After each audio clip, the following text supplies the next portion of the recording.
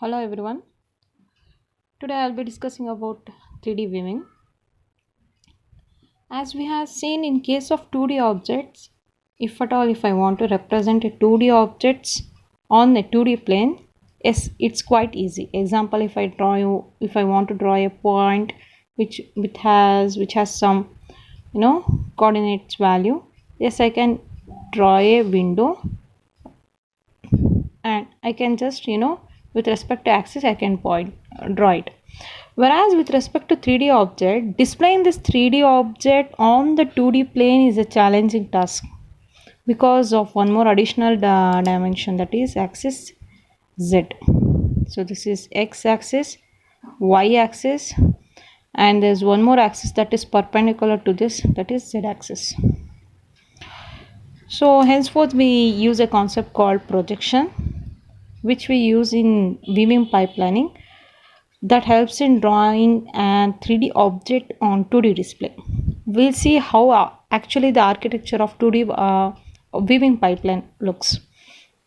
So whatever might be the model coordinates, the model transformation happens, means it converts the model coordinates into world coordinates. Once this is done, it will be fed on an input to the view transformation. So what does this view transformation does? It converts the world coordinates to view coordinates. So this view coordinates will be given as an input to the projection transformation. So till here it will be in the form of 3D.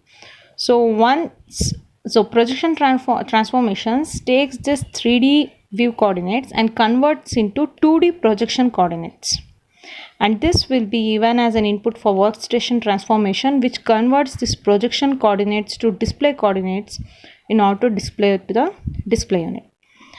For all this we need few parameters in order to process this operation. So those are nothing but the viewing parameters, that is left, right, top, front and behind. Means let's assume I am viewing this object.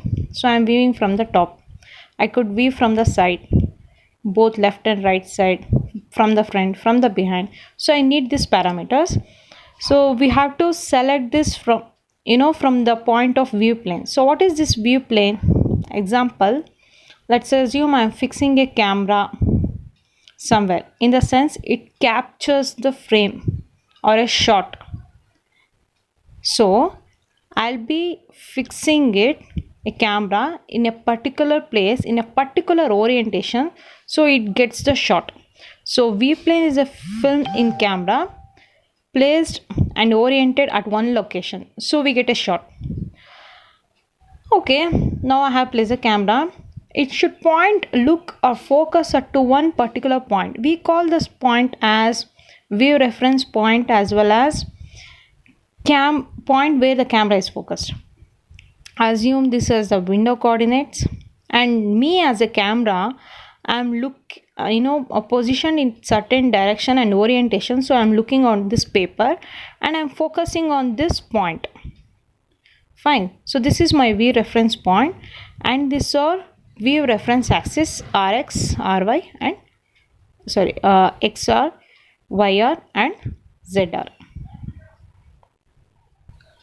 So apart from view reference point, we need a normal vector.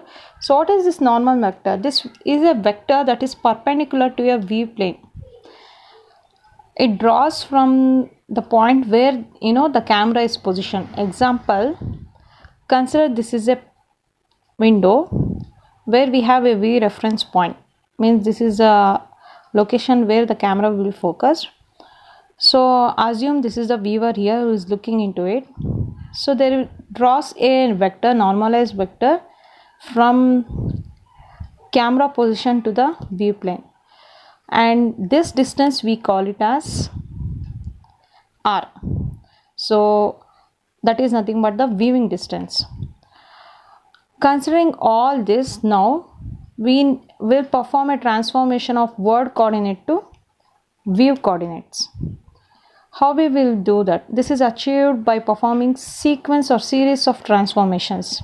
Example, assume a world coordinate axis xw, yw and zw, and we have a view reference point with the point xf, YF and ZF, and these are the view axis, view reference axis XR, YR and ZR.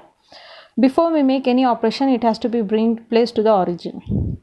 So I am making a translation operation with respect to minus XF, minus YF and minus ZF, that brings this point VRP to the origin, view reference point to the origin. Okay, this is done. After this, I have to perform 3 rotations with respect to X, Y and Z, so that when I make a rotation with respect to Rx, so XR should fall in line with respect to XW, and I will make a rotation with respect to RY degree, so XY falls in line with respect to YW. In the same way, I make a rotation with respect to RZ, so XV falls in line with ZW. So my final matrix will be something like this, the equation. First I'll perform a translate operation, then rotation with respect to X, Y and Z. Once this is done, yes, now I can apply any series of transformation operations like translation again, sharing, reflection, anything. Okay, once that is done, now I have to project it on the plane. How will I do that? So it will be done by a projection transformation. So what this does is, so here we get the view coordinates. So this view coordinates will be converted to projection coordinates in the projection transformations. So view coordinates, so far we have got it, will be in the form of 3D. That will be converted into 2D projection coordinates. There are 2 types. That is parallel projection and perspective projection. So with respect to projection transformation, there are 2 types, parallel projection and perspective projection. As you can see these figures, in parallel projection, so this is a view plane. This view coordinates are projected through this projection lines. So we call this as projection lines. So these are projection lines. So the view coordinates are projected to the view plane using a projection lines, and these projection lines, if they are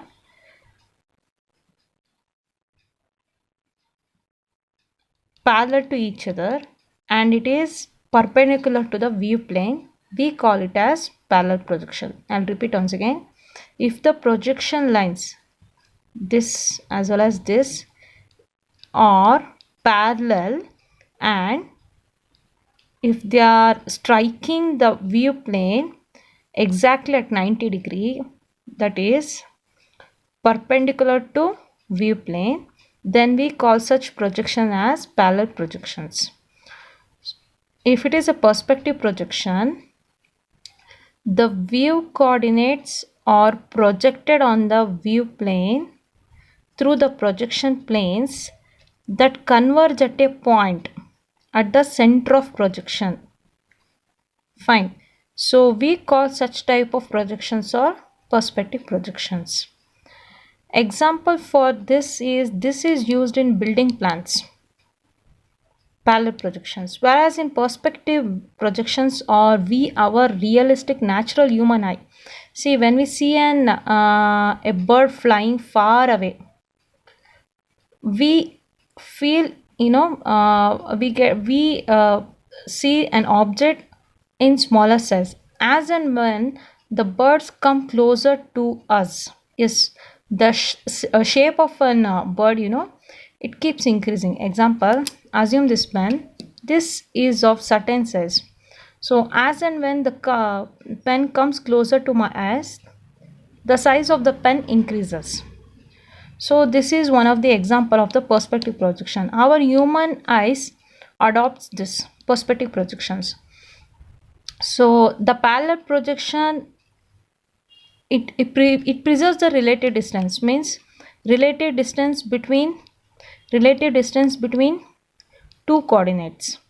Whereas perspective projection, it doesn't preserve the relative distance between two coordinates. Here see, the relative distance between here and here as well as here is different. So this is the object that is drawn here. Fine. So as and when the object comes closer to the center of projection, that is, this is our eye, the size of an object keeps decreasing.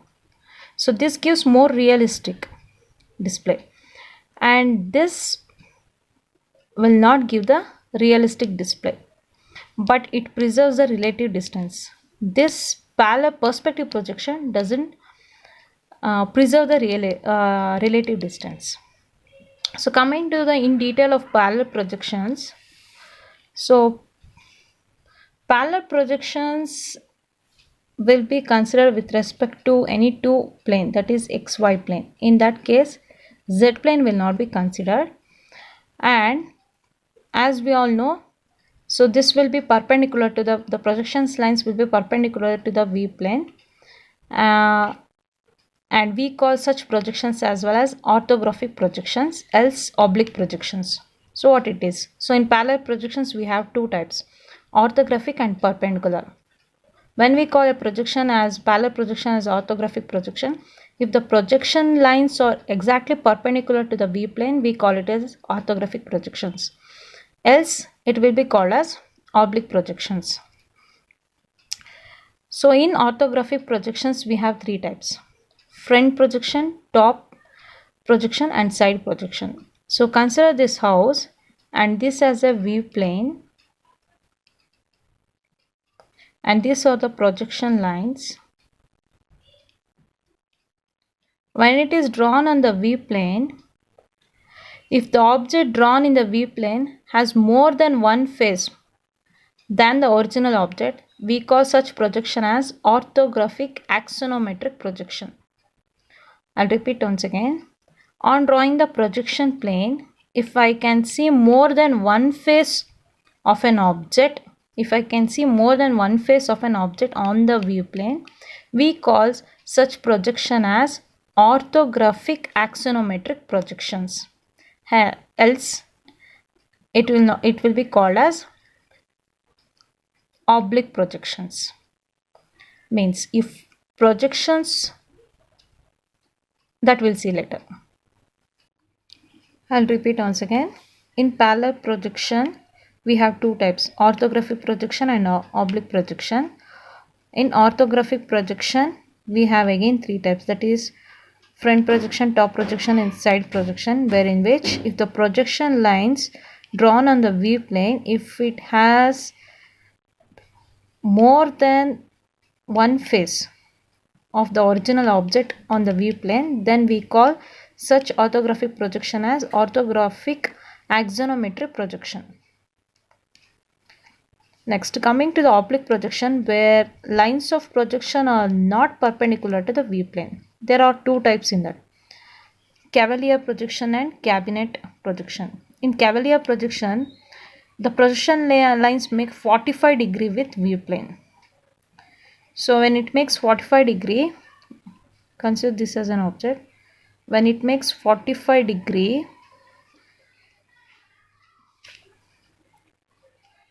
to the view plane, yes, we get full length projection line that is striking the view plane. Whereas in with respect to cabinet projection, the projection lines makes 63.4 degree with view plane. In that case, half of its length of, that is projection lines, will be missed, that strikes the view plane, and here the objects look more realistic than the cavalier projection.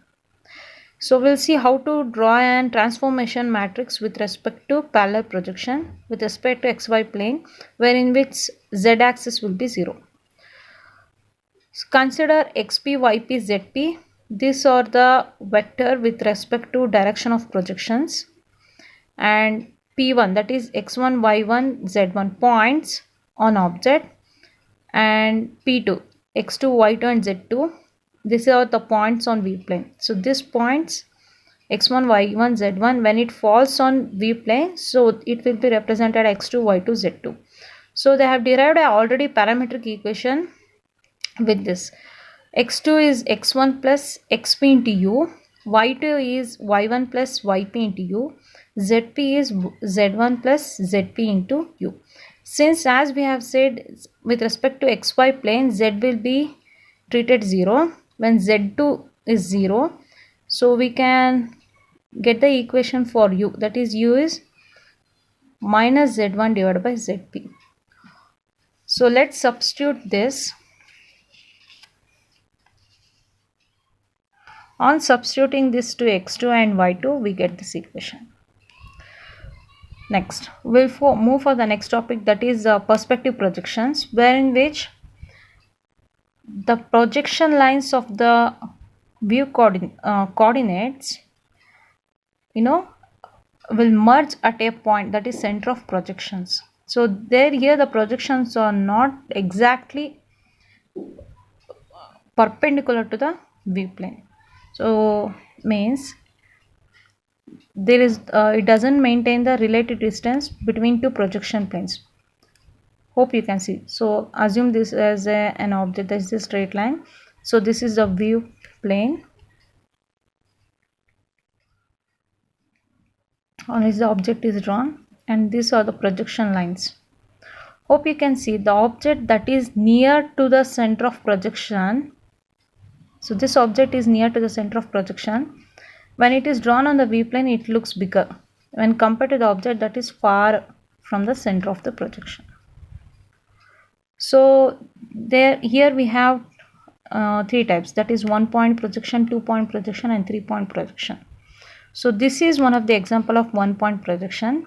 When it comes to 2 point projection, so there will be two center of projection in which the projection line starts merging. When it is 3 point projection, consider this triangle. There will be three center of projection towards which the projection lines starts converging. In order to draw a projection matrix for this, consider xc, yc, and zc.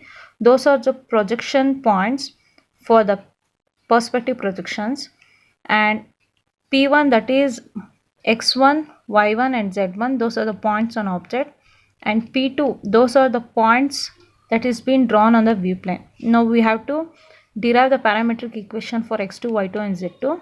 So x2 is xc plus x1 minus xc into u, y2 is yc plus y1 minus yc into u, z2 is zc plus z1 minus zc into u. Since this is with respect to xy plane, z2 will be 0. In that case, y will be minus zc divided by z1 minus zc, derived from this equation. So substitute this for both this x2 and y2. So we get x2 is xc minus, so instead of u, it will be replaced by this zc into x1 minus xc divided by z1 minus zc. Y2 is yc minus zc into y1 minus yc divided by z1 minus zc. Thanks for watching the video.